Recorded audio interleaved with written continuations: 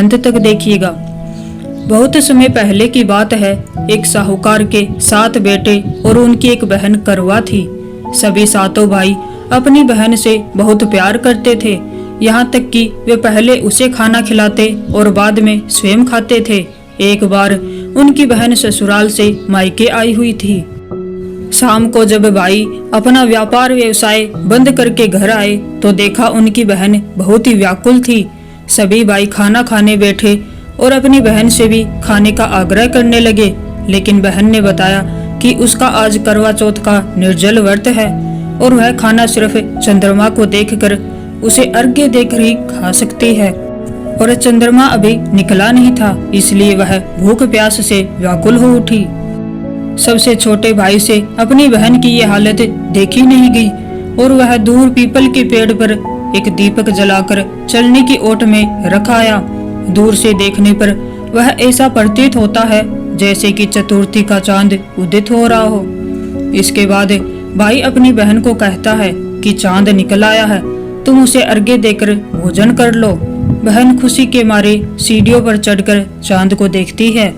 वह अपनी भाभीियों से भी कहती है, लेकिन भाभी उसे मना कर देती हैं और कहती हैं कि अभी चांद नहीं निकला है।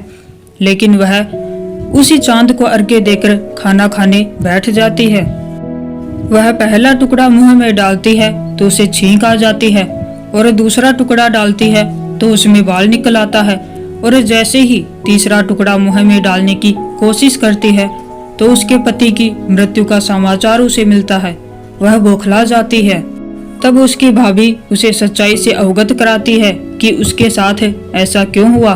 करवा चौथ का व्रत गलत तरीके से टूटने के कारण उसके पति की मृत्यु हो गई।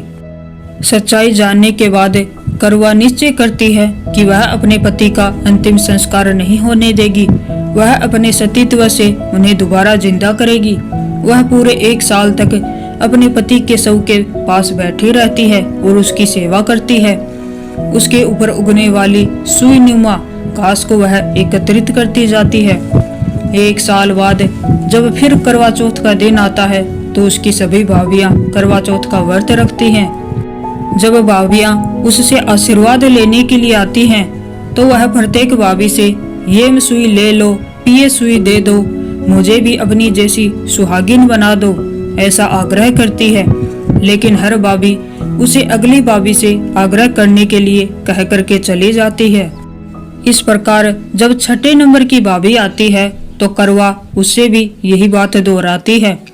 यह भाभी उसे बताती है कि सबसे छोटे भाई के कारण उसका व्रत टूटा था, तो उसकी पत्नी में ही इतनी शक्ति है कि वह तुम्हारे पति को दोबारा जीवित कर सकती है। इसलिए जब वह आए तो तुम उसे पकड़ लेना और जब तक वह तुम्हारे पति को जिंदा न कर दे उसे छोड़ना नहीं। ऐसा कहकर वो चली जाती है।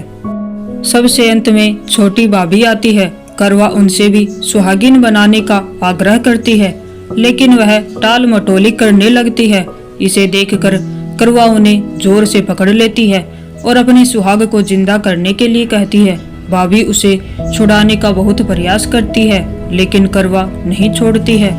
अंत में उसकी तपस्या को देखकर भाभी पसीज जाती है और अपनी छोटी अंगुली को चीरकर उससे अमृत उसके पति के मुंह में डाल देती है। करवा का पति तुरंत श्री गणेश कहता हुआ उठ बैठता है। इस प्रकार प्रभु की कृपा से उसकी छोटी भाभी के माध्यम से करवा को उसका सुहाग वापस मिल जाता है। हे श्री गणेश, माँ गौरी, जिस प्रकार करवा को सुहाग दिया वैसा सबको देना, सब पर अपनी कृपा करना। तो करवा चौथ की कहानी अगर आपको अच्छी